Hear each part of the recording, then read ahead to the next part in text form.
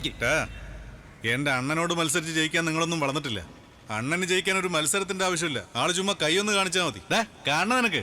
അണ്ണൻ വിചാരിച്ചാൽ നിനക്കെതിരെ ഒരു പട്ടിയെ നിർത്തി ജയിപ്പിക്കും.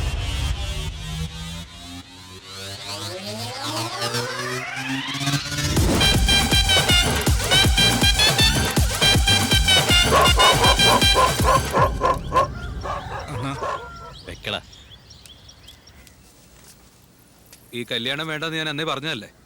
അപ്പൊ ഞാൻ പറഞ്ഞ അളിയൻ കേട്ടില്ല. അന്ന് എന്റെ മാനം പോയി, ഇപ്പൊ അളിയന്റെ മാനവും പോയി. അതൊക്കെ കഴിഞ്ഞില്ലേ, വീട് എന്ത് കഴിഞ്ഞു? എല്ലാരും കൂടെ ചേർന്ന് അളിയനൊന്നും അല്ലാതാക്കിയില്ലേ? ഏയ്, ആരെ എപ്പോ എന്ത് ചെയ്യണമെന്ന് എനിക്ക് നന്നായിട്ടറിയാം. നിങ്ങൾ നിങ്ങളുടെ കാര്യം നോക്കിയാൽ മതി. നിങ്ങളുടെ ID പ്രൂഫ് കാണിച്ചേ.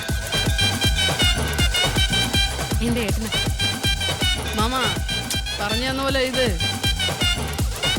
പറയുന്ന കേൾക്കാതെ നീയും ഞാൻ ഒരേ ജാതിക്കാരൻ. അവൻ ഏത് ജാതിയെന്ന് പോലും അറിയാത്തവന് അവന്റെ മുന്നിൽ ഞാൻ തോറ്റാലുണ്ടല്ലോ, എനിക്ക് മാത്രമല്ല നിനക്കും കൂടി നാണക്കേടാ. എടാ, നിന്റെ ജാതി സ്നേഹമൊക്കെ എനിക്ക് മനസ്സിലായി. നിന്നെ പോലെ എന്നെ പോലെ ഒന്നും അല്ലാതെ സ്വന്തം ജാതി ഏതാന്ന് അറിയാത്തതാ ചൊക്കലിന് ഞാനിപ്പോ കാണുന്ന ഏറ്റവും വലിയ യോഗ്യത. എന്താ അത് ഇങ്ങനെയൊക്കെ പറഞ്ഞ എങ്ങനെയാ? ശരി കേട്ടോ, ചേട്ടൻ പറയുന്ന പോലെ ചൊക്കനെ ഞാൻ പറഞ്ഞു മാറ്റിച്ചോളാം. അതിന് ഞക്കെന്താ ലാഭമുള്ളത്?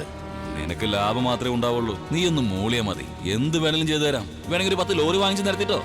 ഭഗവതിയുടെ ആഭരണങ്ങളെടുത്ത് അത് തുല്യമായി വീതിച്ച് വേണമെങ്കിൽ ഒരു പങ്ക് നിന്റെ ആ കർണന് കൊടുത്തേക്കാം. യവൻ ചോദിക്കാനാ? നമ്മളെ വിശ്വസിച്ച് കമ്മിറ്റി കുറച്ച് ആൾക്കാരില്ലേ, അവര് ചോദ്യം ചെയ്യില്ലേ? നമ്മളോടൊക്കെ ഹേതവൻ ചോദിക്കാനാ? ചോദിക്കുമല്ലോ. ചേട്ടാ, അതിങ്ങ് കൊണ്ടുവന്നേ. ഓളിയൊക്കെ കറക്റ്റ് ആയിട്ട് വെച്ചിട്ടുണ്ടല്ലോ. റെക്കോർഡിംഗ് വർക്ക് ചെയ്യുന്നുണ്ടല്ലോ അല്ലേ? അപ്പൊ ലൈവ് പോയിക്കൊണ്ടിരിക്കല്ലേ? അതെ, പ്രിയപ്പെട്ട നാട്ടുകാരെ, കണ്ടല്ലോ ഈ യോഗ്യന്റെ മനസ്സിലിരിപ്പ് എന്താന്നുള്ളത്. അമ്പലത്തിന്റെ ആസ്തി പങ്കുവെച്ച് തരാന്ന്. അപ്പൊ വോട്ട് കൊടുക്കല്ലേ? ആദ്യം പറഞ്ഞേ ശരിയാ. ഒരൊറ്റ വോട്ട് കിട്ടില്ല നിനക്ക്. നമ്മുടെ കോമ്പയമ്മൻ ക്ഷേത്രത്തിലെ കമ്മിറ്റി പ്രസിഡന്റായി ചൊക്കനെ ഏകകണ്ഠമായി തെരഞ്ഞെടുത്തിരിക്കുന്നു. ആരാടാ ചൊക്കൻ?